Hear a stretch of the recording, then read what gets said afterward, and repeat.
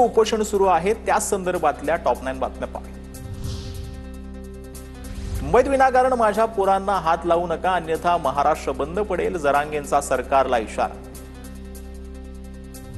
राज्यातील गॅजेटियरचा अभ्यास असणाऱ्यांनी उद्या 12 वाजेपर्यंत आझाद मैदानावर या, जरांगेंचं आवाहन। मनोज जरांगेंच्या आमरण उपोषणाचा दुसरा दिवस, ओबीसीतून काढून आरक्षण द्या अशी आमची मागणी नाही, आमच्या कुणबी नोंदी ओबीसी आरक्षणातीलच मराठा आणि कुणबी एकच, सरकारनं संभ्रम निर्माण करू नये, जरांगेंचं वक्तव्य। आरक्षणाबाबत केंद्र सरकारच्या पातळीवरती धोरणात्मक निर्णयाची गरज, संसदेत घटना दुरुस्ती करून आरक्षणाचा तिढा सोडवायला हवा, शरद पवारांचं वक्तव्य।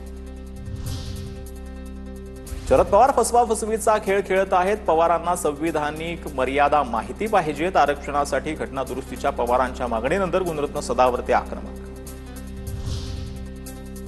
मराठा आरक्षणाच्या मुद्द्यावर फडणवीस सरकार मार्ग काढतंय तर काही राजकीय पक्ष आंदोलन कसं चिघळेल हा प्रयत्न करतायत, भाजपचे नेते केशव उपाध्येंचा विरोधकांवर आरोप।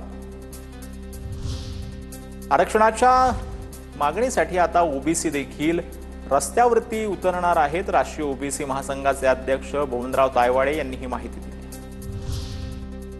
जरांगेंना पाठिंबा देणाऱ्या आमदार खासदारांनी ओबीसी आरक्षणाबाबत भूमिका जाहीर करावी, अन्यथा ओबीसी समाज तुमच्यावर बहिष्कार टाकेल, ओबीसी नेते लक्ष्मण हाकेंचा हल्लाबोल।